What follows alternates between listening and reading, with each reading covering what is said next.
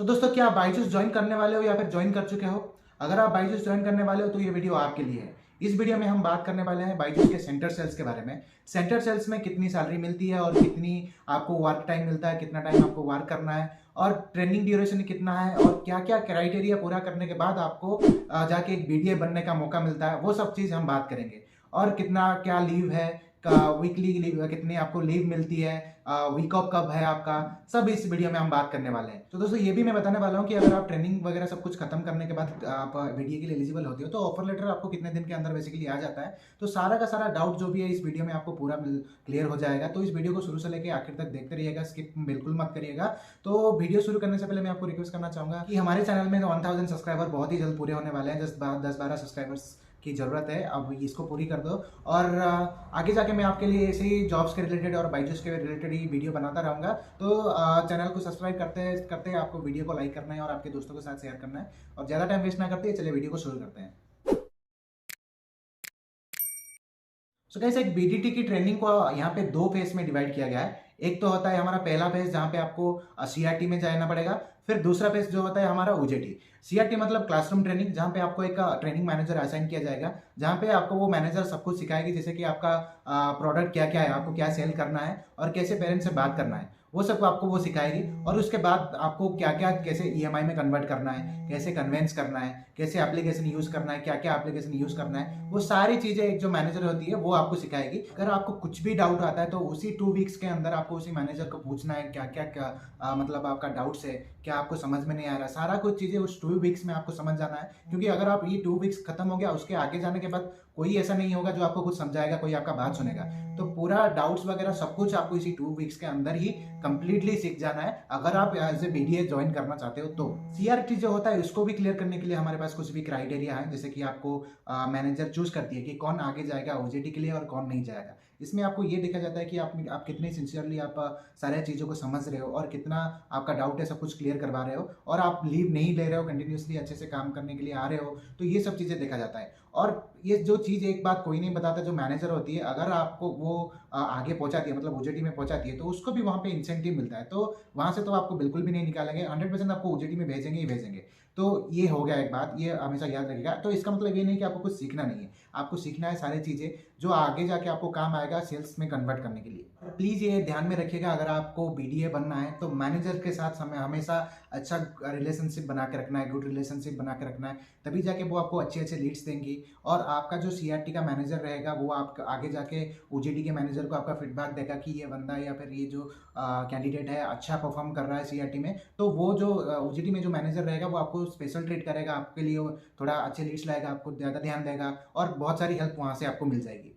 So guys, CRT खत्म होने के बाद आता है हमारा ओजेटी। ओजेटी बेसिकली 4 वीक्स का होता है, 3rd वीक से स्टार्ट हो जाता है। और आपने जो भी चीज़ें सीख के आए हैं सीआरटी में वो आपको यहाँ पे ओजेटी में इंप्लीमेंट करना है और कंपनी के लिए रेवेन्यू जनरेट करना है। तो ओजेटी जो आपका रहेगा वो आपका ऑन द लोकेशन में होगा, जैसे कि आप ऑफिस में जाके जॉब कर सकते हो। ओजेटी जो रहेगा हमारे यहाँ पे बेंगलोर में, जैसे कि कोई ऑफिस में ही जाके करते हैं या फिर हमारा सेंटर में, किसी किसी पर्टिकुलर लोकेशन में अलग अलग होता है। सेंटर में ही जाके आपको काम करना होता है, वहाँ पे आपका मैनेजर का कैबिन रहेगा और आपका वहाँ पे रिसेप्शन रहेगा जहाँ पे आपको बिजी एज ए बीडीए काम करना है। तो वहाँ पे क्या होगा कि आपको जैसे कि कुछ पेरेंट्स आएंगे, वहाँ पे आपको उनको कन्विंस करके उनको लीड्स में कन्वर्ट करना है। और उसके साथ साथ ओजेटी में आपको जैसे कि इनसाइड सेल्स होता है, वहाँ पे भी आपको सेम काम होता है, ज़्यादा कुछ डिफरेंस नहीं होता। वहाँ पे आपको कॉलिंग भी करना होता है, वीडियो डेमो सेशन भी कंप्लीट करना होता है, जहाँ पे आपको रेवेन्यू जनरेट करना है सेल्स करने के बाद। और यही सब होता है। उसके साथ साथ ये जो एंटायर ट्रेनिंग प्रोग्राम होता है 6 वीक का, इसी के अंदर आपका जो वीक ऑफ होता है वो वीकली ऑफ सिर्फ एक ही होता है, जो कि ट्यूसडे में होता है। और आप इसमें लीव नहीं ले सकते। लीव लेने के बाद क्या होता है कि आप इसको डिस्क्वालीफाई कर देते हैं, आपको दूसरे बैच देने के लिए बोलते हैं कि आपने लीव किया, ट्रेनिंग सेशन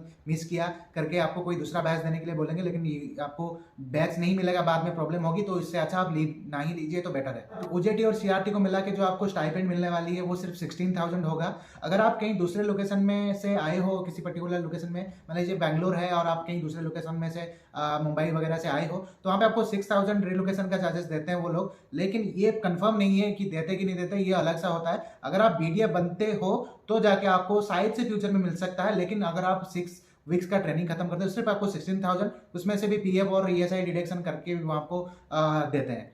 बीडीए बनने के लिए सिर्फ आपका रेवेन्यू जनरेट करना काफी नहीं होता है, जैसे कि रेवेन्यू के साथ साथ आपका बिहेवियर भी मैटर करता है, और मैनेजमेंट जैसे कि मैनेजर, एचआर और ट्रेनर, ये सब मिलकर डिसाइड करते हैं कि आप बीडीए आगे जाके बनोगे या नहीं बनोगे। चाहे आप कितना मेहनत किए हो, कितना कुछ भी कर लियो, वो मैटर नहीं करता, उन लोगों के ऊपर होता है कि आपको बीडीए बनाएंगे नहीं बनाएंगे। वैसे ट्रेनिंग खत्म होने के बाद 15 डेज टाइम देते हैं कि आपको वो डिस्कशन करेंगे, डिस्कशन करने के बाद आपको ऑफर लेटर मिलेगा, ये बताया जाता है। लेकिन बहुत सारे केसेस में ये होता है, आपने सेल्स भी किया हो, सब कुछ सही रहा, फिर भी आपको बीडीए का ऑफर लेटर नहीं मिलता है, जो कि बहुत ही डिसअपॉइंटमेंट की बात है।